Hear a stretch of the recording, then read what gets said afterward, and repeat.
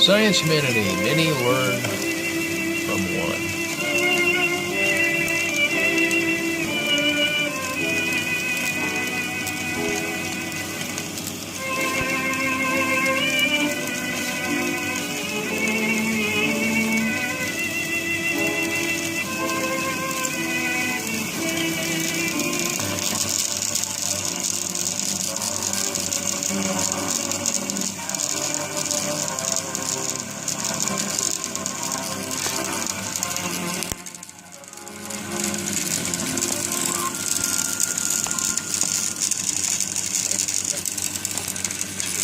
Tonight are the first and only motion pictures taken of the mountains of the moon.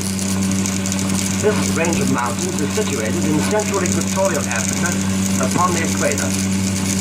The range was discovered by the great African explorer Stanley in the year 1889, but it was not climbed until the year 1906, when that great explorer, the Duke of Deobrickley, climbed the mountain. He named the highest peak Mount Margarita and the second highest Mount Alexander.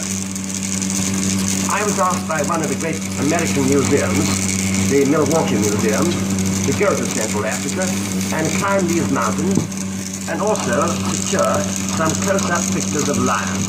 You will be fascinated when you see the extraordinary vegetation. Everything seems to be prehistoric. In fact, a visit to the mountains of the moon is like going to fairyland. Well, here we are in Africa. Notice that the natives are dressed in blankets because it's cold. And when you see the advertisements on the buildings, mind you read them, and then you'll realize that Africa is a very cheerful place.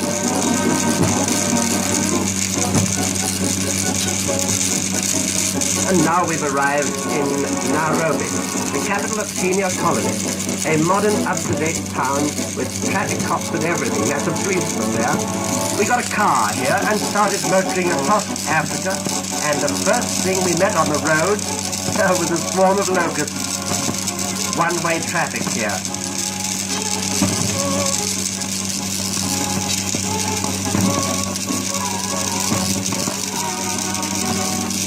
Every time I see this picture, I think of those little English automobiles called Baby Austins. Then we traveled along the shores of Lake Nakuru, securing photographs of those marvelous birds, the flamingos. They are bright pink, and they look like flappers.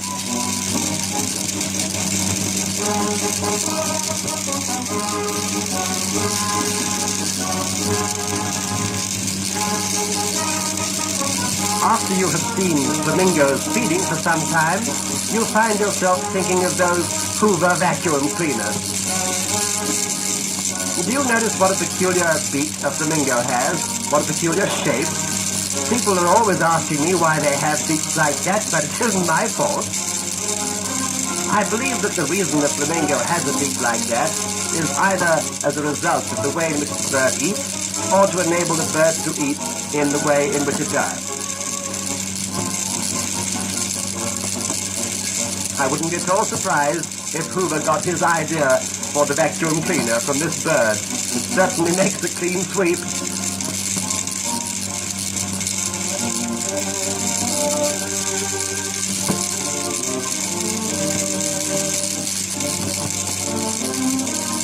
Oh, I took such a long time getting the birds to do this. A good old right and left.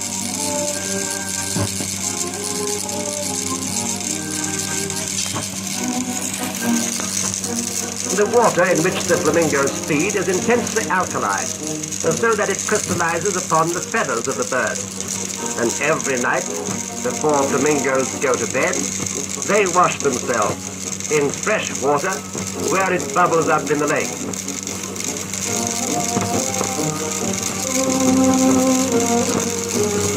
We then traveled north until we struck the equator, and here we are, traveling along the equator on a road called Equatorial Road that runs for hundreds of miles across Africa.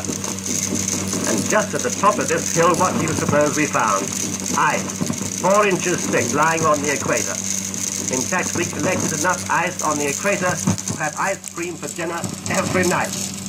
But the trouble about the ice was it was slowly melting, and that was spoiling the road, so that one afternoon, without very much warning, we suddenly skidded clean off the equator. Here we are, miles and miles away from any garage, and it may be days before the next car comes along. But we should worry.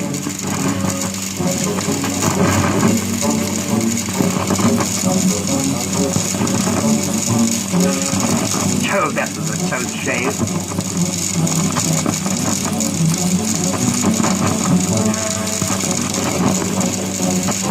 60 miles a day is about all we could do over the roads like this. Why, every half an hour we used to skid across the equator, one side or the other. You didn't think the road ran along the equator with a ditch on both sides.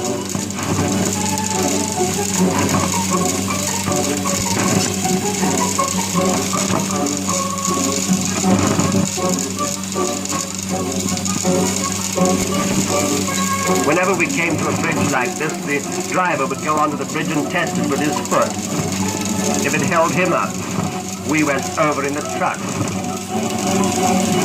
should have seen the crocodiles underneath the bridge.